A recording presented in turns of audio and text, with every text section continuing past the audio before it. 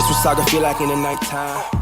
Hello, everyone, and welcome to the very first episode of Westside Stories, your Raptors 905 basketball podcast presented by Raptors Republic.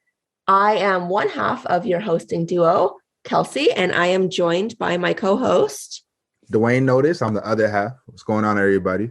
First and foremost, we just want to say thank you to everyone who is going to be listening to this. We are so excited to be doing this. You know, the 905 and the G League are both something that are very close to both of our hearts. Let's talk a little about that, about why we're doing this. First and foremost, I could talk basketball all day. I'm sure you can as well. The listeners know that this is something I'm very passionate about, media, basketball. Just want to collide the two worlds. Being someone that's played basketball at a high level and also has played for the Raptors 905 in the past, I thought that it would be a great opportunity for me to kind of, be a conduit between the fans and, the team itself. And what better opportunity than to have a podcast with somebody that I've had a great relationship with for the past couple of years. Being someone that's played basketball, you never really thought that basketball would ever end.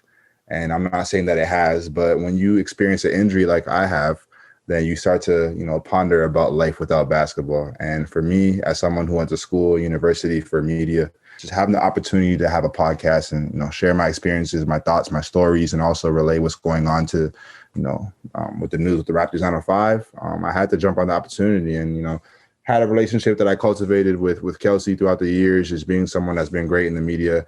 To me, this is a great opportunity for us to just talk basketball and just give people what they want to see and hear. Yeah, for sure. I mean, like you said, you never really think about life outside of basketball when you're playing. You think, I'm going to be Vince Carter. I'm going to play till I'm 40. And then an injury happens so quickly and you're kind of just left thinking, okay, so what's next? So yeah, this was kind of a no-brainer when we were presented with the opportunity was for you and I to team up on this, because like you said, what basketball podcasts and basketball media is missing is that kind of middleman between the player and the audience. So we are in this unique situation where we actually have that, and we can say, this is why you're wrong, analytics guys, or this is what we should be focusing on. So I think that what we're going to bring is something, extremely unique, and I'm so excited to be part of it. Yeah, me as well. Because usually you have guys that are former players, I'm still playing. So this is something that, I can give my insight and my 2 cents about, because I'm actually still living this life of being a basketball player at this level. And, having the insight that I do, I think it'll be great for the fans to hear. And then, like you said, just as a young basketball player, you kind of get lost in your immortality, or at least your thoughts of thinking that you're immortal. And you never really assume or think that you retire or get injured or whatever the case may be. So when it actually happens, I start to think to myself, how can I transition easily when that time was over for me when it comes to dribbling the basketball? And, that famous saying that you always hear is, use basketball, do not let basketball use you. So I just want to, continue to do that and encourage kids. Like I said, you grow up, I've grown up, I've heard it at camps, I've heard it at schools, I've heard it from family, I've heard it from OGs in the game that, to have a backup plan, have a plan B. And, as a kid, you think nothing of it. It goes through one year, it comes out the other because, you're young, you don't get hurt, you're playing every day. You just think life is great. You're going to play basketball forever and ever and ever. But that's not the case. So this is just a real life opportunity that I just want to be a part of. And I'm really happy to be a part of it. So. Yeah, for sure. And I mean, even just when I was on the media side, whenever I needed a quote about a teammate or a coach or just some sort of game insight, I knew that I could always go to you, and because you have such an interest in both sides of the game. It was always like this luxury that I always had a player that I could, connect with for work and stuff. So like, why not work together, right? But yeah, back to what you said about the analytics, man. I feel like numbers lie. Men lie, women lie, numbers don't. Numbers don't. Except for basketball. Except for basketball. Basketball numbers do be lying. So just having, a different insight and perspective on the game that's outside of the, analytics, which is where the game has been heading recently. I think for us to be, basketball enthusiasts and actually go to the game and see what's going on with our eyes and actually use common sense instead of actually relying on, plus and minus and all the other numbers. I think it'll be great for everybody to listen to that kind of stuff too. 100%. I mean, like you said, your game in particular is like a prime example of stats not telling the whole story and the impact being something so far outside of the stat line.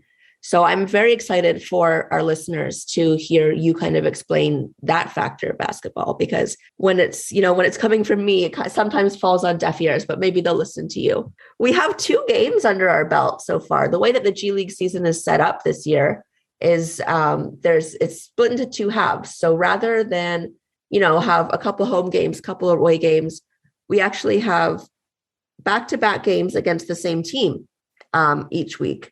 So we just had 2 wins over the Westchester Knicks, who are now 0-4. Not good for them, but that brings us to 2-0. What are your thoughts from the first 2 games?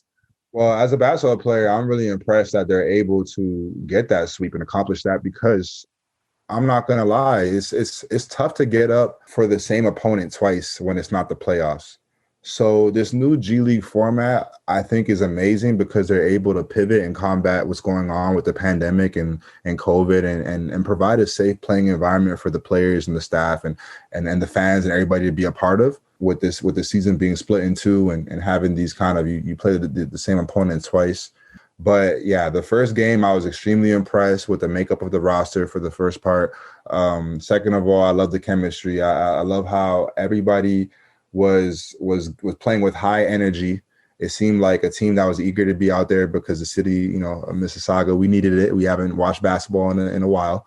And there's a lot of integral pieces and parts of the team that I think really stepped up that game. And it's really foreshadowing what is to come of the season with all of these moving parts that we have. It's a new cast, new ensemble, but you have a whole bunch of guys that were able to step up, and you had, guys like Andrew Rowsey, who came off the bench, and someone I played against in college and played against as well in the G League, who's extremely crafty scorer and is a bucket, and he provided a spark whenever we needed it off the bench.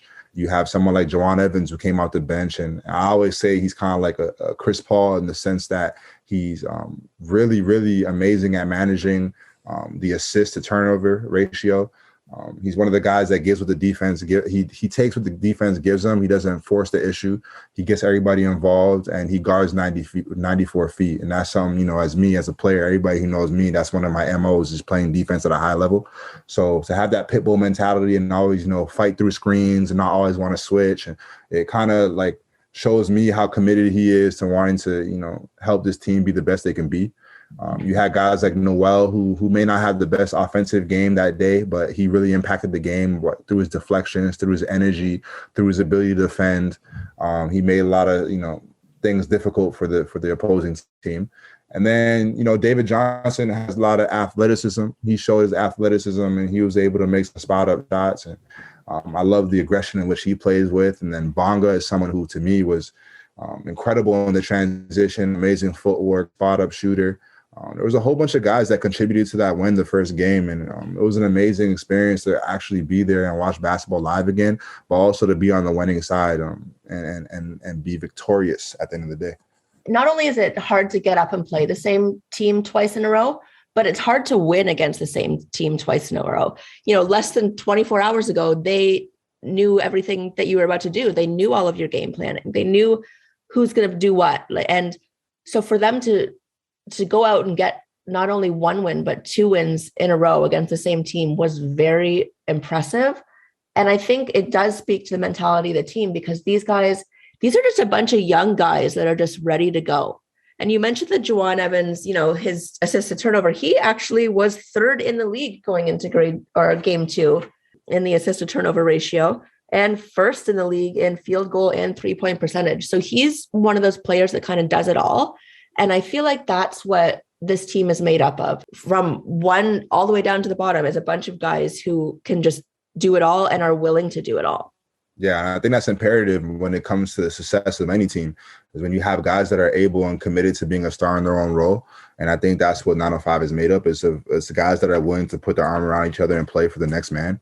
And you saw that. It was a great atmosphere to be a part of. Crowd was amazing. The energy was good. Whenever Westchester made a run, we were able to respond. So I thought it was just an overall great showing and performance from everybody during the first game. Like you mentioned, Andrew Rowsey off the bench. That was incredible. You know, his first game with the team, 22 points off the bench, like it was nothing. Then you have someone like Jawun who's just quietly leading everything. You've got these high energy guys like Kevon and like Obadiah, Noel, and it's just such a delight to see people that are just genuinely enjoying the game. And even some of the assignees that were down, you know, we spoke about this at the game quite a bit, but Isaac Bonga impressed both of us. Tremendous. I mean, he's super young, so it's crazy. The ceiling on him is not even there yet. Like, we don't even know how far, because that's how much potential he has. He's just a great player. He has great length. He's very active, gets the rebounding, could be an extremely great point forward kind of individual. And one thing I noticed in the first game too is that the offense for the Raptors has kind of changed, especially 905 since I've been there. They run a lot of open offense. Their open offense, I think, is predicated off guys like Bonga who are able to get the rebound and, you know, be the point forward and, you know, the dribble handoff, the swings, the pass and follows, the cutaways. So delay offense, like I love what I'm seeing. The open offense is great because it pushes the pace. It encourages transition plays. And it also allows everybody in the offense to get an equal opportunity to score. You know, you're not just always sitting in the corner. And even if you are sitting in the corner running the lanes hard, you're probably going to be the one that gets to pass off the drive, kick, swing. So I like the 905 offense right now with pushing the pace and having that drive, kick, swing offense and having that open concept that Bonga and other point forwards like Reggie, Perry, and other guys have been able to strive in the first two games. Yeah, what impressed me the most about Bonga is that, you know, he had like 21 points in the first quarter or something ridiculous in game one. And he knew when his hand was hot and he knew when it wasn't. Like, he knew when it was time to stop shooting and he knew to impact the game in different ways instead of, you know, just trying to shoot through it. So that impressed me with him, especially because he is someone that's on assignment. You know, he's not on a two-way. He doesn't have anything to prove. He's got that guaranteed contract. He's got that spot on the bench. So for him to go down there and seem like he genuinely wanted to be down there and play, you know, such high-level team basketball was what impressed me the most about him. Yeah, and we spoke about this before, and as someone who's played in the G League, I know all too well what it's like to have some assignments from the NBA come down. And sometimes that takes a hamper on a team because it messes with the chemistry because they're not there at practice. We're not running the same sets. And then also you have a lot of guys who come down, they feel like it's either a chore or they feel like they're too good to be down there. They're going to prove and go out their way to prove that they don't deserve to be down there in the G League and they want to be back in the NBA. So you have guys who play selfishly, and it doesn't work to their benefit. And it kind of is a detriment to the whole team. But someone like Bonga who came down and he impacted the game not only with scoring, but with his length, with his defense, with his positive energy and his vibes and his consistent effort, it goes a long way. And then it makes the next man want to play just as hard. And I feel like that's a great precedence for how you should be when, you know, you're an NBA guy that's being sent down to the G League. You should not look at it as a negative thing. You should look at it as I'm trying to better myself. It's a platform where I could showcase myself, but it's also a situation and a scenario where I'm able to get some reps at the things that I need. And, you know, I think that if people who are able to be sent down look at it with that kind of mindset, then, you know, tremendously impact their game as an individual for sure, but also it'd be such a great thing for whatever team they're playing for as well. Yeah, definitely. And I mean, we saw Bonga and Banton come down for game 2, and he had the same approach that Isaac Bonga had, which was, you know, I'm here, but I'm not here to create my own highlight reel. I'm not here because I feel like I'm deserving of NBA minutes. I'm here to improve. I'm here to help the team. I'm here to play team basketball. And that's why you see a lot of these two-way guys and a lot of the assignees, they kind of fizzle out after a while because they don't understand, you know, when you're signed to a two-way contract or you're an end of bench guy, you are not the star player. You're not Kyrie. You're not the primary ball handler. For the most part, their starting lineups, injuries excluded and whatnot, are kind of set in stone. So you're not there to take over this team. You're there to help them get as far as they can into the postseason. And if you aren't willing to mold your game and become a role player, at least in the very beginning of your career, then you are not going to have a very long career. Yeah, and I think a lot of, you know, players, especially younger players, if they're seeking longevity when it comes to the sport of basketball, they need to adapt that kind of concept of being a star in your own role, similar to what you just talked about. It's like if you're getting sent down, chances are, whatever team you're on, the NBA already has their James Harden, their Kyrie, their KD, what have you. So they're not needing for you to come in and score 30 points. I played in the G League for 2 years, and I know some players that average 30 plus points, but they still never got a call up to the NBA, or they still never got a contract extension or whatever they're looking for. So it's not always about putting up amazing, crazy numbers. Like, that's not what it's about. It's about showcasing the intangibles, because when you're playing at the next level, you want to be able to fit right in seamlessly. So whether that's being a 3-and-D player, whether that is just playing different versatile roles, like there's a lot of scenarios that you can come and impact a small club that will show these scouts that you could be very impactful when it comes to being in these parent clubs. So it was real refreshing to see, because you don't see a lot of young guys, commit to being a star in their own role. Yeah, and I think that's why Bonga and Delano were so successful, because they both played like just such a variety of team basketball. I mean, Delano had something like 9 assists to go with 30 points. And that's not a stat line you usually see from guys that are on assignment. It's usually, quite an empty stat line, save for points. It'll be 30 points with 0 assists and 4 or 5 turnovers. They've both realized so young and so early on in their careers that the best way to be successful is to be impactful. I agree. I think Delano, he came down and he really showcased hoopers love to hoop. So when you have somebody, it doesn't matter, what environment they're in, what atmosphere they're in, they just come down and they're able to kind of play and give effort and exert themselves in the best possible way. I think it goes a long way. Delano pushed the pace, which is great because it encourages that type of, open offense that the Raptors, the parent club also emulates. So the fact that he was able to come down, be unselfish, take what the defense was giving him, and be aggressive, but also be, very controlled and poised is something that I'm very impressed with. Somebody that I played with in the Crown League before the pandemic came and swept that away. But, he's a very tall point guard with a high IQ, and, the ceiling on him is very high. And what he showed was just extreme amount of maturity. And I think that is foreshadowing how successful he's going to be in the NBA for years to come.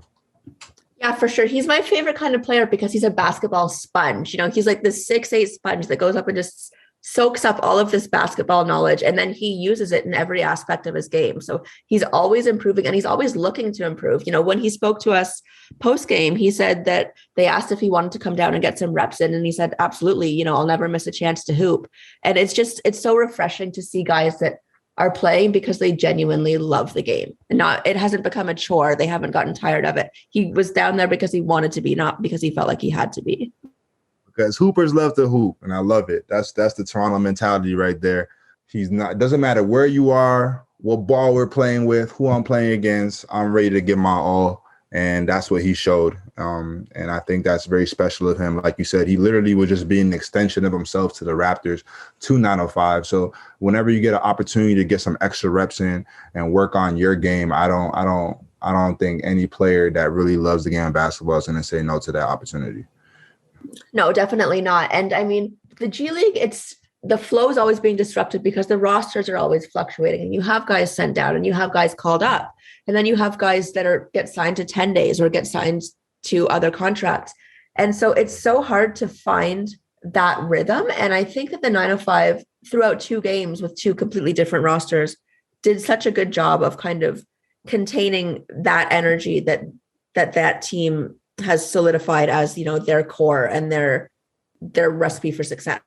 Exactly. It's so difficult sometimes, like you said, to catch a rhythm because in the G League, the rosters are constantly moving because you have guys that are being on assignment. You have guys that are two-way guys that may have played for a few games and they're not there for a whole bunch of other games. So the roster dynamic changes a lot.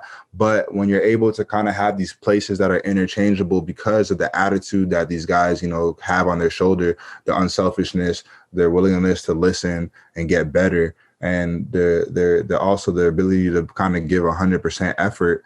All those things are a perfect marriage for just being a successful team and a successful program in general.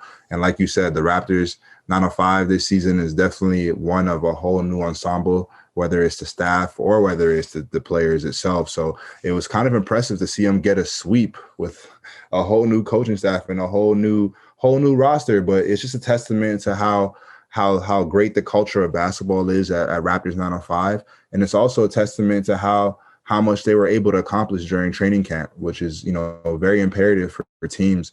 That's the whole point of training camp. Training camp is to kind of, get those different roster lineups out there, is to see who's gelling and who's gluing with who, and try to establish some sort of chemistry so that, when the season starts, you at least have a baseline assessment of, where you can go potentially.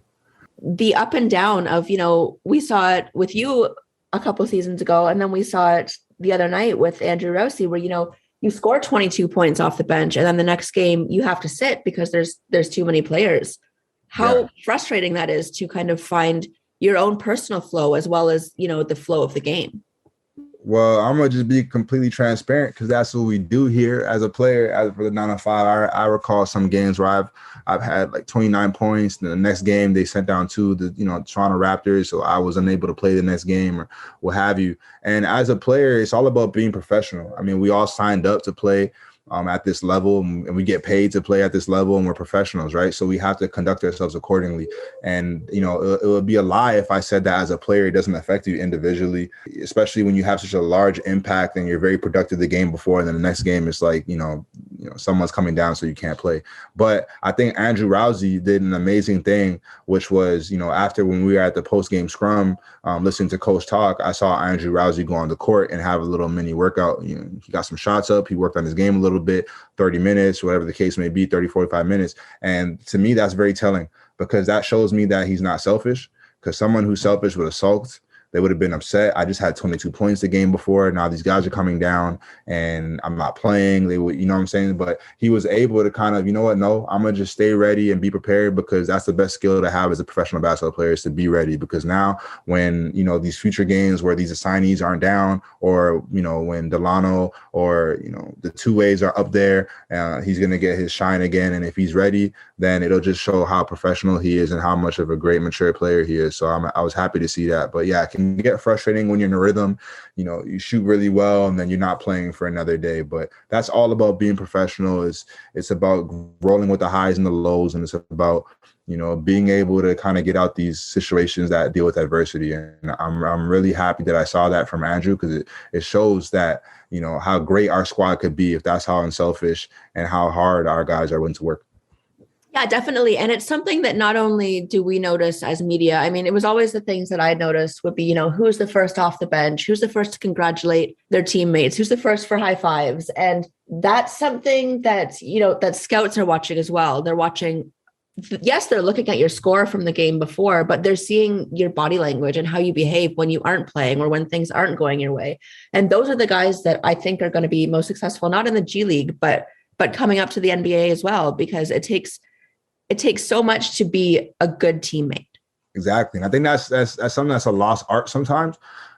Being in the G League, I think you mentioned this to me before, you never know who's watching.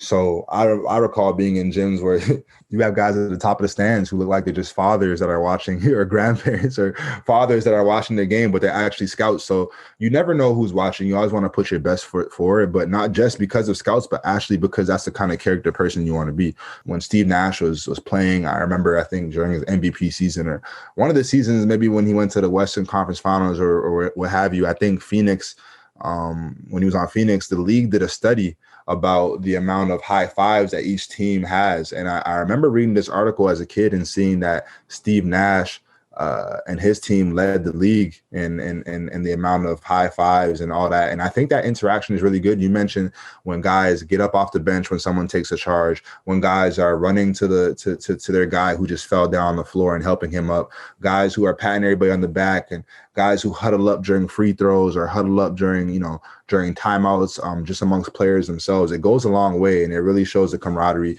It helps with the chemistry. It gives confidence to each of the players, and it wants you to try harder for your brother, and as women basketball player, try harder for your sister. So I think it's awesome that if a person has that mentality of, okay, I'm not going to score 30, but I'm going to be the guy that's going to high five and provide that positive spark and make sure this atmosphere continues to be productive so that I can help my game thrive in the long run. And I think that's something that we witnessed as well the other night when the Raptors played the Pistons, because you saw someone like Malachi Flynn who especially lately has not been getting a lot of burn. And he shot a three. It didn't go. Pascal Siakam grabbed the long rebound. And rather than shoot it himself, because he did have quite a hot hand that night, he swung it right back to Malachi. Like, okay, you know what? You missed the first one, take it again. And Malachi hit it. And that kind of leadership and that kind of camaraderie, I think, is something that Pascal probably did pick up from the 905, because organization is so big on, team basketball and team mentality. Well, yeah, there has to be a direct correlation between good positive vibes and winning, because, when you reinforce that reassurance that, I'm there for you, no matter if you're having a good game or a bad game. Malachi Flynn, he's kind of off to a rough start, but, having someone of Pascal Siakam's stature get an offensive rebound and then willingly to kick it back out to him after he just missed it. And what we like to say in basketball is 2 for $1. And he made his second shot. And then the genuine response and reaction that Siakam had for his teammate and his brother, I'm sure it instilled a high amount of confidence for Malachi Flynn going forward, and that we could probably see him get back into a rhythm, or at least be more engaged and be more invested, and kind of show us that, that Malachi Flynn that we saw last season, the spurts of excellence when Kyle Lowry wasn't playing or when Fred wasn't playing or what have you. So, that goes a long way. And I think that Pascal definitely learned that from just being a part of 905 when he played in that group. And, so it's kind of cool to see that, the parent team is still kind of reaping the benefits of what 905 is able to provide for these players. It's so interesting, because when we speak about leadership, this team is so young. Like, there's guys born in the 2000s, and then they're in this very interesting situation where they have 3 returning players. Only 2 have played together, and one of the 2 that have played together is out with injuries. So kind of trying to find this balance of, leadership. It's very interesting, because you have someone like Jawun Evans, who you and I both speak very highly of. We both love his game. He does have that NBA experience, and he kind of leads by example. And then you have these other more vocal leaders like Obadiah, who came in from an open tryout, and he's out there, he's yelling, he's telling his teammates what to do. And it's just so interesting to see the different kinds of leadership all within the same team. Yeah, I think that's a benefit to any successful team, is when you're able to have that power balance between different teammates. You have some teammates who are, a rah-rah type of lead through their verbal commands and how loud they get, and they hold you accountable, but they're also able to provide some positivity as well. And then you also have guys like Jawun Evans who leads by example, or is the kind of guy that will, tap you on the shoulder and bring you in during a free throw and tell you something and drop some gems real quick. And I think we kind of overlooked the fact that, Jawun played under Doc Rivers, you know what I'm saying? One of the greatest coaches of all time, whether you could argue that or not. But, and then, you have guys that are coming from these different backgrounds and bringing their experience to the team. They're all able to lead in a different way. As a team, if you're allowed to, be selfless and allow the next guy to lead when you're down, and then vice versa, I think it only does so much for your squad in the long run. So, we'll see who steps up to be the leader for the team, but there's so much potential of everybody having a little bit of leadership in them already from what we've seen the first 2 games. Yeah, for sure. It's kind of reminiscent of the 2019-20 season when you had someone like Justin Anderson, who came in and was such a vocal leader. And then you had someone like Tyler Ennis, who was very quiet, but he would lead by example. And he was always, the first one in, last one out of the gym. Like, it's just, the difference was also the success, which is so important and so unique to the G League. Exactly. I like how you said the difference was a part of the success, because, on a roster of 12 to 15 guys or whatever, not everybody is able to accept being led the same way. When you have different leadership dynamics and qualities, then it allows the other players to kind of respond to whoever they need to respond to respectfully. And then with that being said, then they'll get the most being brought out them, which will help the team in the long run. So you have some guys who, they like the soft-spoken Tyler Ennis's type of dynamic. That look what he does. He does this rep in practice every single time. He goes hard the same way. He's the last one in the gym. He's the first one in the gym before practice. Like, that also resonates with certain players. And you have a guy like Justin Anderson, who's more so like, after the game, we're all going to eat team dinner, and there's no ifs, ands, or buts. And I don't care what plans you have with whoever, like, we're all eating as a team, and we're going to talk about the game. We're going to watch this, or we're going to have film here, or you need to do this, or, you know what I'm saying? It's kind of provide that encouragement, whether it's positive or whether it's holding you accountable. But like, verbally, it also does a lot for some players too, because some people need to be waking up. Some people need to have that kind of have someone on them all the time. So it's good to have those two different dynamics. And I think that, our team in that season benefited from it. And I think any team in the future that has different leadership dynamics will be able to benefit from that as well. It's such a difference, but it's so important, especially with a squad that's so young. I mean, like we said, some of these guys were born in the 2000s. Like they were babies when Get Rich or Die Trying came out. That's aging me. That's crazy. But like I said before, like I said, that's crazy that the 2000s, that's really aging me. But it's amazing to see how skilled these guys are at a young age. And it shows you, it's just the proof in the pudding of how basketball has continued to evolve. Like at 20 years old or however, 21 years old, you wouldn't expect certain players to do certain things. But nowadays it's becoming almost a norm that, oh, wow, he's 18, he's 19, he's 20, he's 21 doing this, So I think it's cool because it's pushing the boundaries of the game to the point where now you have, guys at a younger age doing, that are more advanced, more skilled. So it's cool to have that youthfulness. And then obviously it's going to work out with these back-to-back games because guys are so young. They don't need to ice or nothing like that. They're going to be fine. They're good. They have a whole bunch of basketball left to play. So I think it's great that we have some young guys. It's a little scary for us in terms of aging. It's real cool that we have guys that are young and playing at a high level. Yeah, they're young, they're eager, they're willing to learn. Like I think it's 2 games in, but if there's one thing that I'm going to do, it's overreact. I think it's just a genuinely good group of guys. And I'm very excited to see where this season takes us, not only with the team, but with the podcast as well. I mean, you and I have big plans. We've got some great guests lined up. We've got some great segments lined up. And yeah, we just want to thank you all for listening to the very first episode and hopefully continuing to listen if you got through that and you still feel like listening. And thank you for all of the support. We announced this podcast and the outpouring of support was so phenomenal and so heartwarming. So thank you for that. Thank you to Raptors Republic for hosting us and doing all of the behind the scenes magic. Yeah. Anything that you want to plug, anything you want to say before we say goodbye? You hit it right on the head. Like we're going to have a lot of special guests, a lot of great segments coming up. Tune in, tell a friend, share the podcast. You guys can follow me on Instagram at DUNotice, so at Do Notice, and on Twitter at Do Take Notice. And continue to look for this podcast, man. It's going to be doing big things. I'm excited to have this kind of forum and discussion with Kelsea and also with you guys, the fans. So talking everything from Raptors to 905 to everything in between, and just being a place where we talk about basketball and talk about, the stories in today's games and everything else, shared through experiences and memories and all that. So you guys continue to listen. Appreciate you guys for the support. And, hopefully we see you next episode. Yeah, you can find me on Twitter, Kelsea_lately. You can find the podcast on Twitter at Westside Stories. You can find my writing, Raptors 905 and Raptors related at Raptors Republic. And yeah, that's about it. That's about all. You can catch the Raptors 905's next 2 games, November 19th and 20th.